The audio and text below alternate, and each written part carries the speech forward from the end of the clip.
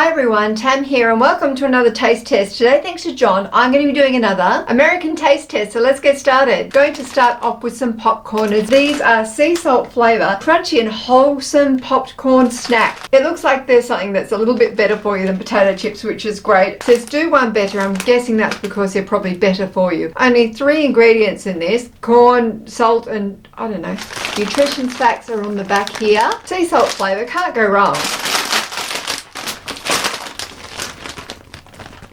Yes, they look alright. Yeah, okay, they smell like popcorn. They're nice and light and airy. It looks like corn chips have met popcorn. Wow, this is really interesting. It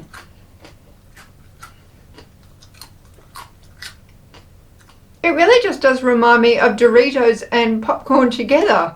The texture of it's really nice and crunchy, unlike popcorn, which is a little bit squeakier. So texture is really good, and it's got a light sea salt on there, and just enough sea salt to keep me happy. I do like the amount of salt in this. I was worried that the salt wasn't going to be enough and it was going to be too little in there. And when there's not enough salt, I'm not happy because I'm preserving my body with salt and sugar. I love the texture of it. It's really crunchy. Planters honey roasted cashews. I always consider cashews to be a fancy nut because they are quite expensive. Honey roasted, there's Mr. Creepy Peanut on the front there, which I thought they were getting rid of him. He's still there though, isn't he? He's still hanging in. Still as creepy as ever. Okay, you know, it says that they're honey roasted, and so far they don't look particularly glazed or anything. Oops, see ya. Honey roasted. There's not a lot of honey in there. Like if you're after a nut that's quite sweet, a sweet nut, this isn't the one for you. It's sort of in between. I usually like my nuts to be either lovely and savoury or nice and sweet. And this is just sort of creeping into the sweet zone, but it's not quite there. I like them. The quality of the cashews is really good. They're okay, but I think with something like this, I would prefer something a little bit sweeter. If you're going to go honey roasted, then I want it to be a sweet experience. These are from Sheila G's, and it's Brownie Brittle Toffee Crunch. And there is Sheila G on the back. This is a chocolate indulgence. Comes in a Ziploc bag. Have a look. Oh, yeah. Oh, wow. Look at that. Wow, that is quite cool, isn't it? It's sort of a biscuit, is it? Oh, yeah. Brownie Brittle Toffee Crunch. It's got it all.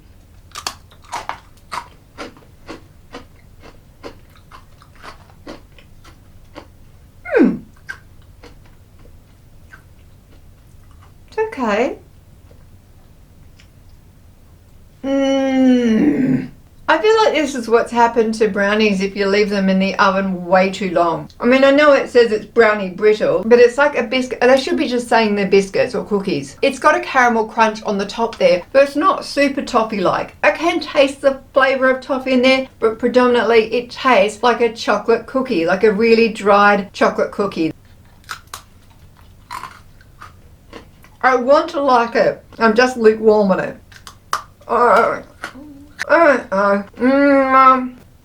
It's not incredibly sweet. If I see something that says toffee crunch on it and brownie brittle, I want it to be chocolatey or toffee-like, but it's just okay. It's just like, are we going to put any more sugar in? No, we're not going to. We're going to save that for, I don't know who. I do like the texture of it, but then I just feel like I've been gypped on the sugar in this one, and I'm a bit disappointed with it. Yeah.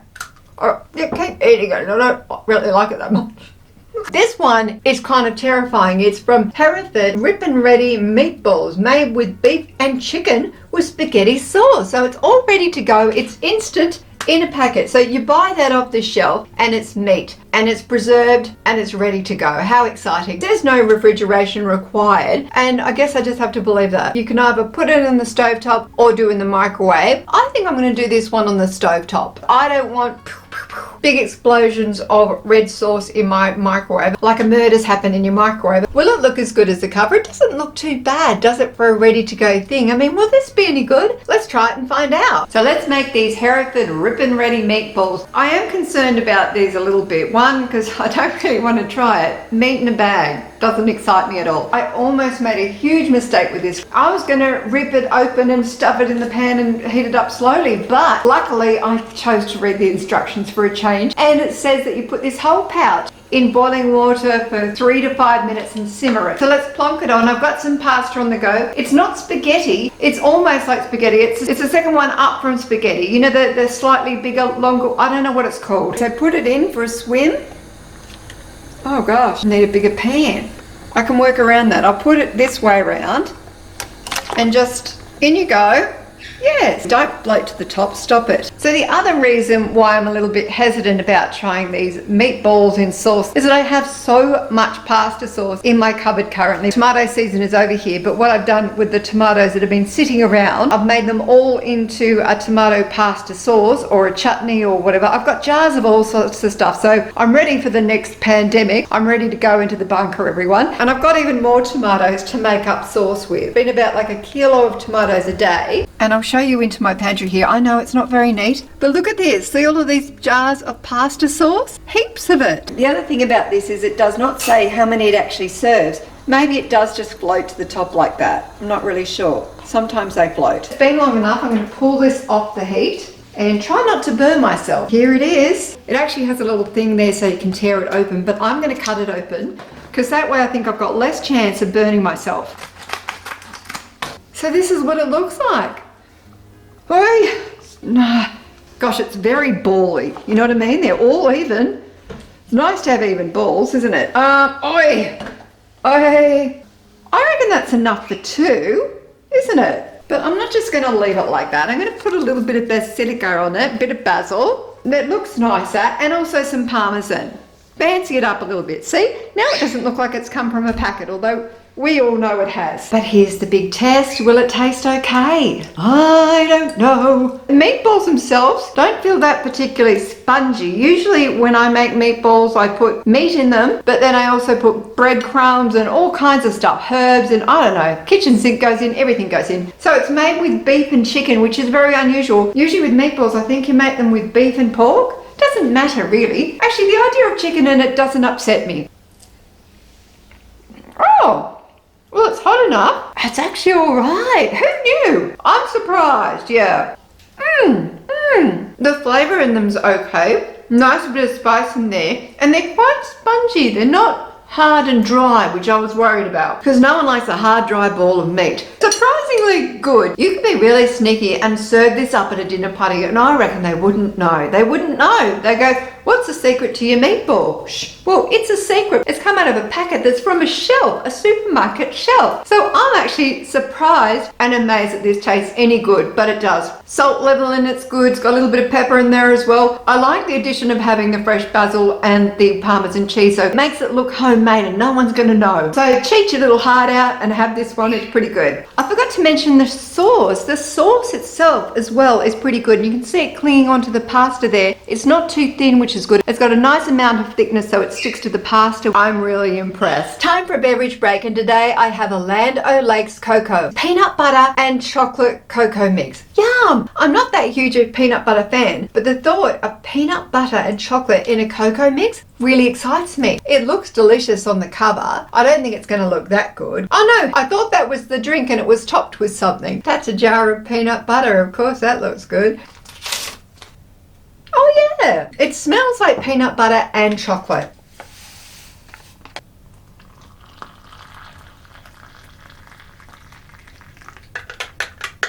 Cheers.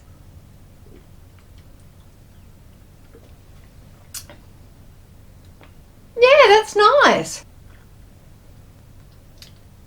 Tasting for peanut butter, and that's how I've got to do it. Look at the colour of that, so you can actually tell that it's a little bit peanut buttery. It has got a subtle taste of peanut butter in here. There is just enough that you go, peanutty. And the balance with the chocolate and the peanut is really nicely done.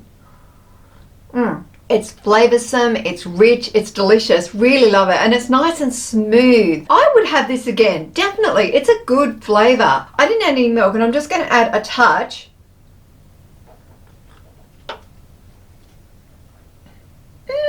It's nice with a little bit of milk in it as well, but you could have it just straight without milk. Yeah, delicious. Harriet Claridge Wafers, and this flavor is luxury strawberry wafer. As you can see, once again, it's got an adorable bear on the front of it, and I've been really happy with these Harriet Claridge wafers. They're really tasty. There's a little tiny piece of sticky tape here, and it's invisible. You can't see it, and you can't open it ever.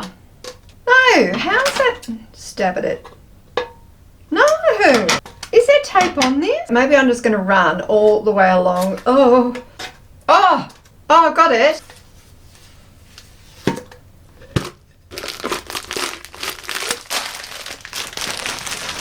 Oh, look at the colour of them. Wow. Oh, I didn't expect them to be this colour, even though it said it was strawberry. I thought they might be swirly or something like that, but how gorgeous does it look? There's a strawberry cream filling in there as well. These are going to be good, I just know it.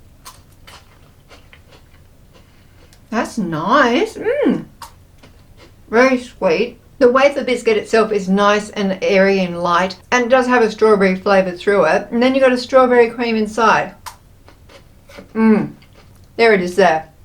They got a lovely crunchy texture to them. They got a lovely sweet strawberry flavour. They're delicious. I would definitely eat these Harriet Claridge things again because all of their wafers so far have been so delicious. Lots of flavour. Let me know in the comments below if you've tried these before. They're good. Yum. On to something else that's strawberry flavoured, and this is a KitKat, and it's KitKat Duo Strawberry and Dark Chocolate. Looks so beautiful, doesn't it? Oh, the colour of it. Oh, and it smells delicious. Wow. I'll break this in half to give you a good look. Looks very pretty, doesn't it? Let's try this beautiful looking KitKat. Oh, it's good. What a lovely surprise. This beautiful Nestle's KitKat reminds me of a KitKat that they would have in Japan, because in Japan they have amazing different flavours of KitKats. Got a lovely strawberry flavour to it, goes really nicely with the dark chocolate, also has those lovely vanilla wafers in there, and then a nice little chocolate cream. Really delicious, definitely eat this one again, and it looks so pretty. I mean, look at the colour of it. Gorgeous. Potato chips. I'm so excited about this. These are from 7 Select, and they're kettle potato chips, barbecue flavoured. They're sweet and smoky. That does look good. And they look alright. So they're a thin potato chip, don't have ridges or anything. Oh, yum! They are very smoky. They've got a lovely barbecue flavour in them. Nice amount of spice. And then that little bit of sweetness as well. Super crunchy. Lovely and salty. These ones are a kettle chip, so they're a little bit harder or crispier than other chips.